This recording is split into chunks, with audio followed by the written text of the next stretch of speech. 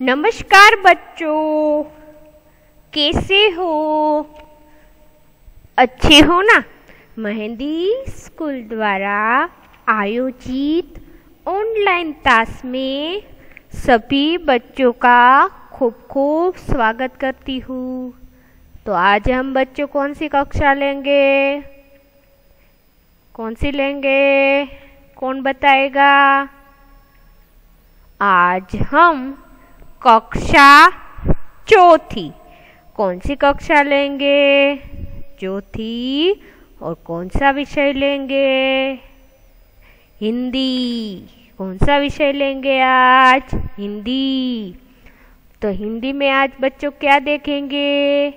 इकाई छठी, जिसका नाम है टपका का डर। तो उसमें हम बच्चों प्रश्न 5 से 9 तक हमारी स्वापोथी में से सीखेंगे। तो आज हम बच्चों पहले सूचना है, सूचना वह अच्छी तरह से समझ लेंगे। तो यहाँ पर देखिए, और निम्नलिखित प्रत्येक विषय के बारे में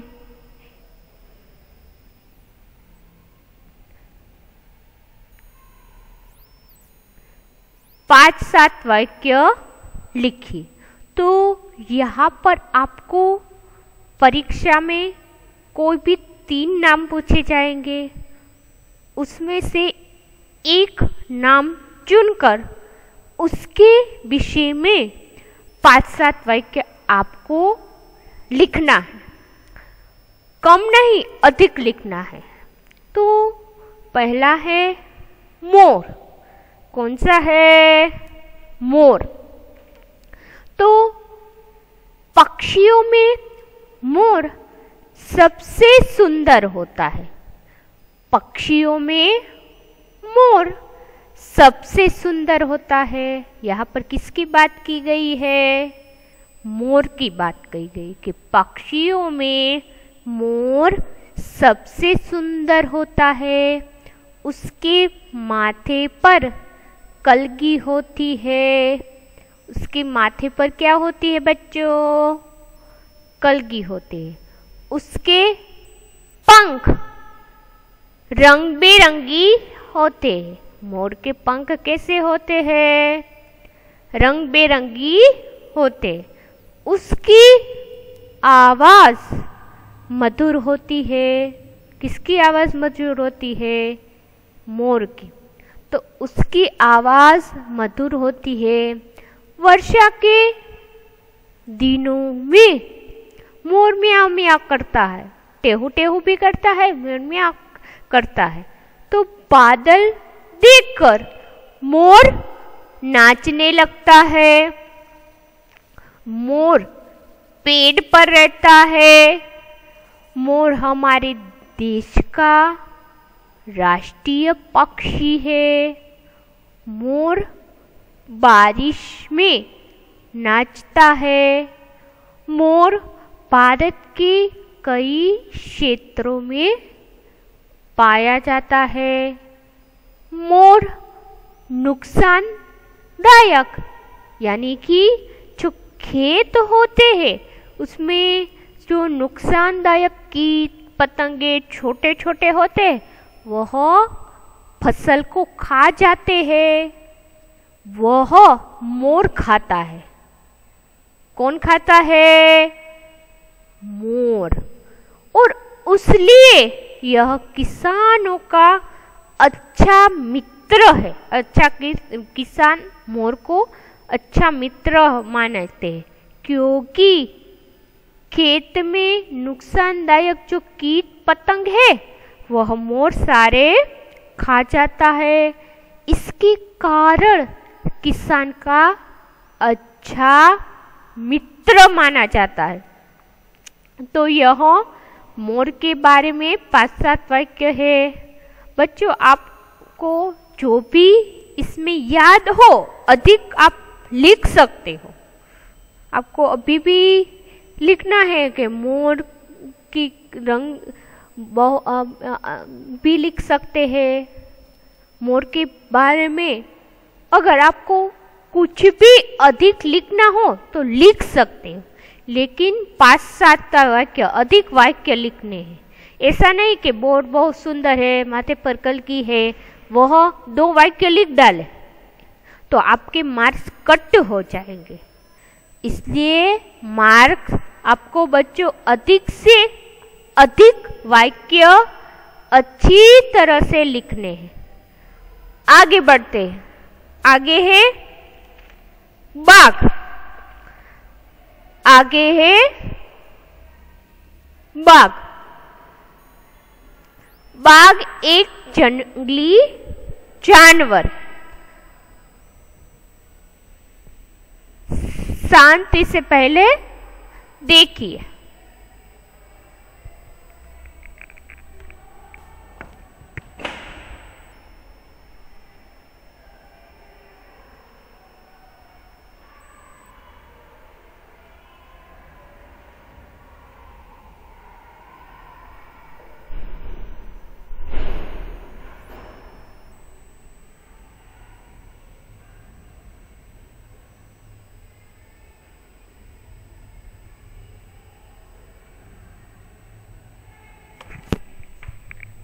देख लिया होगा सभी बच्चों ने।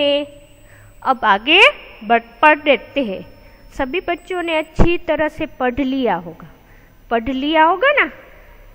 अब आगे बढ़ते हैं। यहाँ पर लिखा है कि बाघ एक जंगली जानवर है। बाघ एक जंगली जानवर है। वह सिंह की तरह भयानक होता है। सिंह जिस प्रकार तरह बाघ भी भयानक होता है।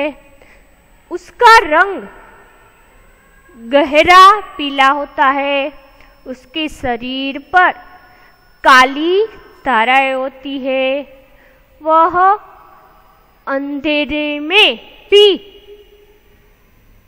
देख सकता है। बाघ मांसाहारी प्राणी है। बाघ हमारा राष्ट्रीय प्राणी भी है। बाघ को हम चिड़ियाघर में भी देख सकते हैं। बाघ जंगल में रहने वाला मांसाहारी स्तनपायी पशु है। यह अपनी प्रजाति में सबसे बड़ा और ताकतवर पशु है। बाघ भारत का राष्ट्रीय पशु भी है। बाघ शब्द संस्कृत की व्याकरण का तद्भव रूप है। संस्कृत में उसका तद्भव रूप है। बाघ के विषय में और भी लिख सकते हैं। आगे देखिए, शांति से पहले देखिए। तोता, देख लिया सभी बच्चों ने? देख लिया होगा। तोता एक सुंदर पक्षी है। उसका रंग हरा होता है। उसके गले में काली धारी होती है। उसकी चोंच लाल होती है। वह आगे से मुड़ी हुई और नोकदार होती है। तोते की आवाज मीठी होती है। लोग इसे पालते हैं। तोते को हरी मिर्च और अमरूद बहुत पसंद है। यह दाने, फल, पत्ते, बीज, आम एवं उबले चावल इत्यादि खाता है। तो तोता क्या खाता है? दाने, फल, पत्ते, बीज, आम एवं उबले चावल इत्यादि खाता है। तोते की गर्दन पर काले रंग का वृत्त होता है। कुल मिलाकर यह बेहद आकर्षक पक्षी होता है। तो सभी बच्चों ने मोर, बाघ, तोता के बारे में वाक्य अच्छी तरह से 7-5 वाक्य सीख चुके होगे ना। आपको और भी लिखना है तो आप लिख सकते हो। तो आगे बढ़ते हैं। आगे देखिए ध्यान से, शांति से। पहले आपको क्या करना है बच्चों? चित्र ध्यान से देखना है। क्या करना है? चित्र ध्यान से देखना है। देख लिया सभी बच्चों ने चित्र को ध्यान से? देख लिया होगा। नीचे दिए गए चित्र का वर्णन 10 वाक्य में लिखिए। तो यहाँ पर चित्र किसका है? कौन बताएगा? Very good. मेले का चित्र दिया हुआ है। किसका दिया हुआ है? मेले का चित्र दिया गया है। यहाँ पर चित्र में मेले का चित्र है। और चित्र में क्या क्या दिखाई दे रहा है? कौन बताएगा? शांति से देखो कि तरह तरह की, यहाँ पर देख रहे हैं ना, तरह तरह की यहाँ पर दुकानें लगी हुई है।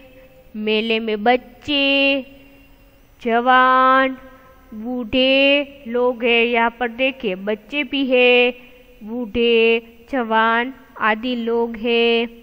एक जादूगर भी अपना जादू दिखा रहा है। यह जादूगर है, वह अपना जादू बच्चों को दिखा रहा है।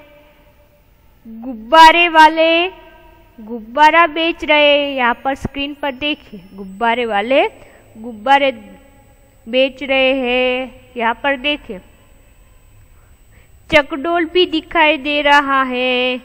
कुछ लोग चकडोल में भी बैठकर मजा उठाते हैं। आप मेले में जाते हो ना, बहुत मजा आता है। आपको आता है ना मेले में कि यहाँ पर 1 और 2 खट्टे भी है। लोग मेले में घुड़सवारी की मजा उठा सकते हैं। घुड़सवारी भी होती है। यहाँ पर देखिए ऊंट भी दिखाई दे रहे हैं। आदि मेले में दिखाई दे रहा है। यहाँ पर जादूगर, मदारी आदि का चित्र यहाँ पर बच्चों दिया हुआ है। आप अधिक चित्र के आधारित वाक्य भी लिख सकते हो। तो आगे देखिए आपको स्वापोथी में क्या लिखना। यह मेले का चित्र है। मेले में तरह तरह की दुकानें लगी हुई है। मेले में बच्चे, जवान और बूढ़े लोग हैं। मेले में एक सपेरा खेल दिखा रहा है। एक जादूगर भी अपना जादू दिखा रहा है। गुब्बारे वाले गुब्बारे बेच रहे हैं। 2 चकडोल भी दिखाई दे रहे हैं। कुछ लोग चकडोल में बैठकर मजा उठाते हैं। 1 और 2 घोड़े खट्टे हैं और लोग मेले में घुड़सवारी का मजा भी उठा सकते हैं। तो आपको यह लिखना है। मैं आपको स्वापोथी में लिखने के लिए एक PDF भेजूंगी और आप लिख डालेंगे। और अधिक आपको लिखना है तो भी लिख सकते हैं। तो यहाँ पर आगे देखिए नीचे दिए गए उदाहरण के अनुसार वाक्य बनाएं। तो यहाँ पर ध्यान से देखिए, उदाहरण देखिए। बिल्ली, तो यहाँ पर क्या लिखा है? बिल्लिया। बिल्ली, तो यहाँ पर क्या लिखा है? बिल्लिया। क्या लिखा है बच्चों? बिल्लिया। तो यहाँ पर उदाहरण दिया गया है। तो वाक्य में देखिए मेरे घर में बिल्ली है। मेरे घर में बिल्लियाँ हैं। तो यहाँ पर वचन परिवर्तन यानी पहली लाइन में बिल्ली यानी एक ही, दूसरी लाइन में बिल्लियाँ यानी एक से अधिक। बिल्लियाँ यानी एक से अधिक होती है। दूसरा प्रश्न बच्चों देखते हैं। दूसरा प्रश्न देखिए, उसमें लिखा है कि पहला मक्खी, तो मक्खी का देखिए तो मक्खिया, यहाँ पर मक्खी तो मक्खिया आपको लिखना है। वाक्य में आपको बच्चों मक्खी रोग का घर है। मक्खी रोग का घर है क्योंकि मक्खी इधर उधर जाकर गुनगुनाकर खुराक पर बैठती है, इसलिए यहाँ पर मक्खी को रोग का कारण बताया गया है कि मक्खी रोग का घर है। मक्खी रोग का घर है। तो यहाँ पर पहला वाक्य तो आ चुका। दूसरा देखिए, मक्खियाँ गंदगी में रहती है। मक्खियाँ गंदगी में रहती है। दूसरा देखिए, लड़की, तो लड़की तो लड़कियां, लड़की तो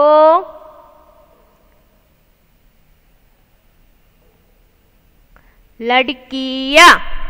वाक्य देखिए, यह मोहन चाचा की लड़की है। यह मोहन चाचा की लड़की है। तो यहाँ पर लड़की तो आप क्या लिखेंगे? क्या लिखेंगे सोचो बच्चों। लड़कियाँ क्या लिखेंगे? लड़कियाँ। तो वाक्य क्या आएगा? सोचो बच्चों, और भी वाक्य लिख सकते हैं। सभी बच्चे सोचे पहले।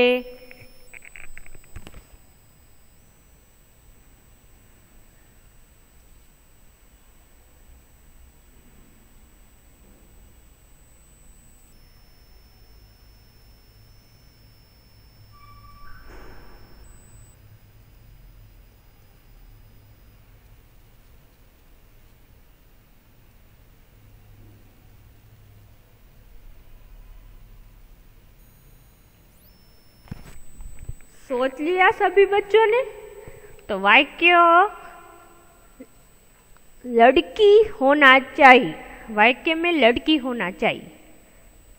कि लड़की वहाँ जा रही है, लड़की मंदिर जा रही है, यह भी लिख सकते हैं।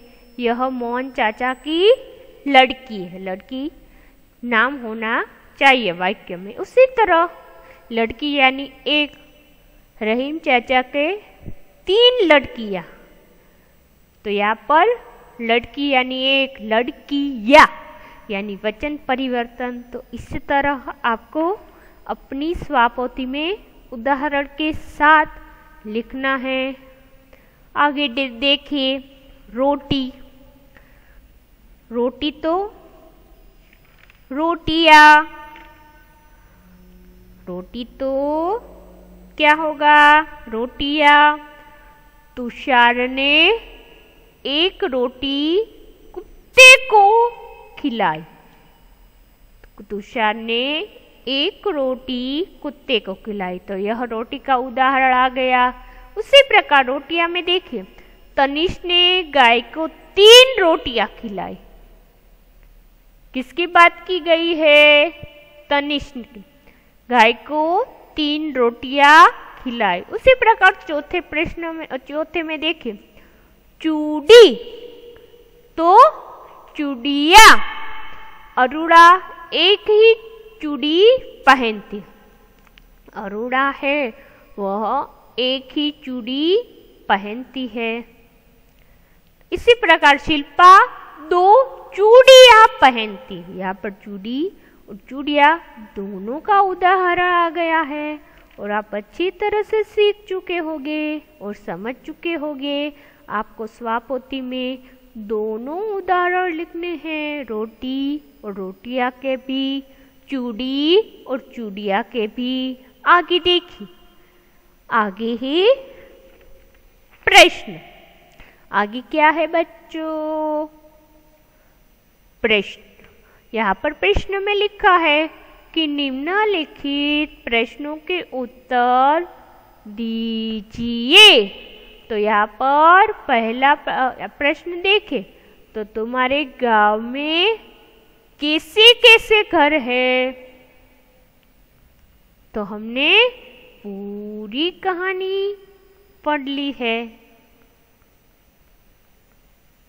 तो आपको लिखना है कि मेरे गांव में मिट्टी के, सीमेंट के और झोपड़ी जैसे घर है, क्योंकि गांव में इस प्रकार के झोपड़ी अधिक होगी। सीमेंट के भी होंगे लेकिन सीमेंट के कम होंगे, इसलिए आपको उत्तर में इस प्रकार लिखना है कि मेरे गांव में मिट्टी के, सीमेंट के और झोपड़ी जैसे घर है। दूसरा देखें, तुम्हारा घर किन किन चीजों से बना है? तो आपको लिखना है कि मेरा घर मिट्टी, पत्थर, खपरेल, सीमेंट आदि से बना है। तो यहाँ पर क्या लिखना है बच्चों कि तुम्हारा घर किन किन चीजों से बना है? तो अगर आपका बच्चों सीमेंट का मकान है तो आपको लिखना है कि मेरा घर मिट्टी, पत्थर, खपरेल, सीमेंट आदि से बना है। तीसरा देखिए प्रश्न, छप्पर किन किन चीजों से बनता है? तो छप्पर है बच्चों घास, फूस, खपरेल और लकड़ियां से बनता है। उसी प्रकार आखिरी प्रश्न देखिए, यहाँ पर देखिए आगे, बरसात के मौसम में क्या क्या होता है? तो बरसात के मौसम में आप तो पता ही है कि बिजली चमकती है, बादल गरजते हैं, बारिश होती है और कभी कभी ओले भी पड़ते हैं। तो आपको पता ही है बरसात के मौसम में बिजली चमकती है, बादल गरजते हैं, बारिश होती है और कभी कभी ओले भी पड़ते हैं। आपको ओले पता है ना, बर्फ के करे।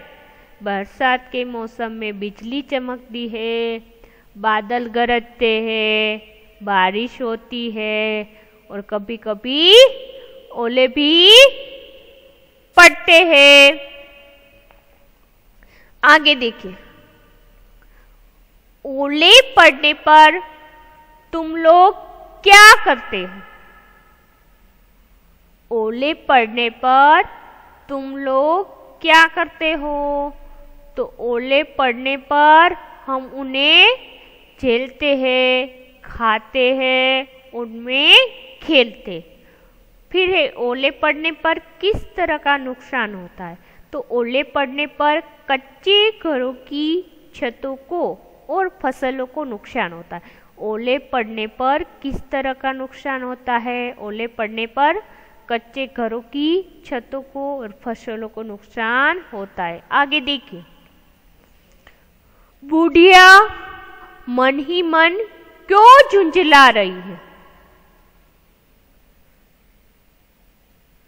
तो उसका उत्तर है बच्चों कि चूल्हे पर पानी टपकने से बुढ़िया मन ही मन झुंझला रही थी। चूल्हे पर पानी टपकने से बुढ़िया मन ही मन झुंझला रही थी। आखिरी है, बाघ सिर पर पेड़ रखकर क्यों भाग गया? तो उसका उत्तर है, बुढ़िया ने कहा कि मैं बाघ से नहीं डरती मगर टपका से डरती हूँ। यह सुनकर बाघ ने सोचा कि टपका जरूर कोई मुझसे बड़ा जानवर होगा। यह सोचकर बाघ सिर पर पैर रखकर भाग गया। बुढ़िया ने कहा कि मैं बाघ से नहीं डरती मगर टपका से डरती हूँ। यह सुनकर बाघ ने सोचा कि टपका जरूर कोई मुझसे बड़ा जानवर होगा।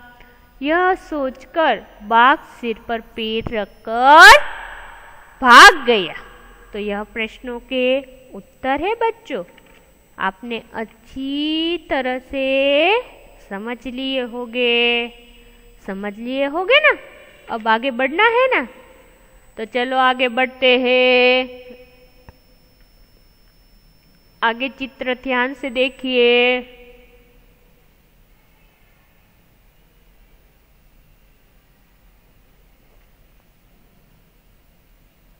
देख लिया सभी बच्चों ने? यह कहानी है। यह क्या है बच्चों? कहानी। पहले चित्र में क्या दिखाई दे रहा है?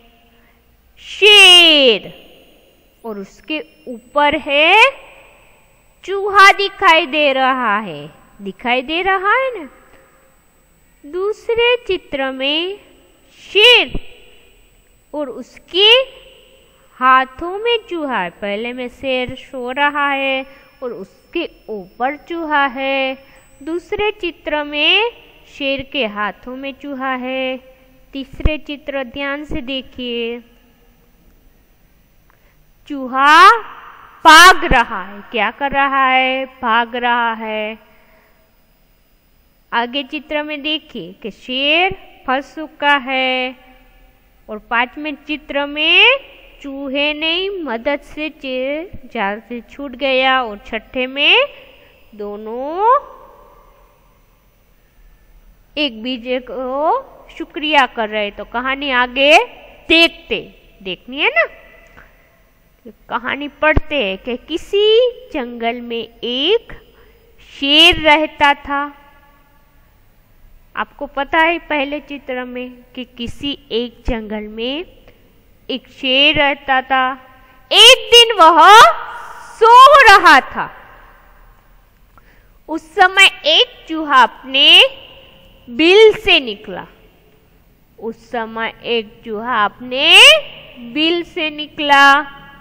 वह शेर के शरीर पर दौड़ने लगा। उससे शेर की नींद टूट गई। उसे बहुत गुस्सा आया। उसने चूहे को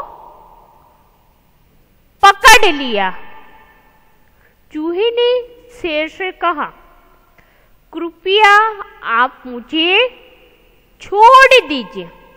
चूहा ने शेर से कहा कि कृपया आप मुझे छोड़ दीजिए, कभी मैं आपके काम आऊंगा। शेर ने हंसकर चूहे को छोड़ दिया। किसने छोड़ दिया? शेर ने। शेर ने क्या कहा? हंसकर चूहे को छोड़ दिया। तीसरे चित्र में आप देख रहे हैं ना। पहले चित्र में चूहा शेर के ऊपर था। दूसरे चित्र में चूहे को शेर ने पकड़ लिया। तीसरे चित्र में चूहे ने कहा कि मुझे कृपया छोड़ दो, मैं आपके काम आऊंगा। शेर हंसकर चूहे को छोड़ दिया। चौथे चित्र में आप देख रहे हैं कि कुछ दिनों के बाद शेर एक शिकार की जाल में फंस गया। चौथे चित्र में देख रहे हैं ना। चूहे ने शेर को जाल में फंसा हुआ देखा ना। उसने जाल को कुतर डाला, यानी काट डाला। किसने? पांचवें चित्र में देख रहे हैं ना। चूहे ने जाल को काट डाला। शेर जाल से मुक्त हो गया। कौन मुक्त हो गया बच्चों? शेर, क्योंकि चूहे की मदद से शेर की जाल है वह पहले चूहे ने अपनी दांतों से काट डाली और शेर है वह जाल से मुक्त हो गया। शेर ने चूहे को आभार माना। कभी छोटे प्राणी भी हमारी बहुत मदद करते हैं। तो यह कहानी आपको सभी बच्चों को बहुत पसंद आई होगी ना। यहाँ पर चित्र आधारित कहानी है ना, कि इसी प्रकार हमारे छोटा, एक सा नहीं कि वह छोटा प्राणी है वह किसी के काम नहीं आएगा, लेकिन कभी कभी छोटा प्राणी भी हमारी बहुत मदद करता है। तो यह कहानी से आपको क्या शिक्षा मिलेगी बच्चों? यह आपको लिखना है कहानी में, आपकी स्वापोथी में अच्छे अक्षरों में लिखना है। तो हमारा यह इकाई पूर्ण हो चुकी है और सभी बच्चे अच्छी तरह से समझ में आ चुकी होगी। किसी को अभी भी समझ में नहीं आई होगी या कोई भी दुविधा हो तो मुझे अवश्य मैसेज या फोन कर सकते हैं। सभी बच्चों का तहे दिल से धन्यवाद और आभार व्यक्त करती हूँ।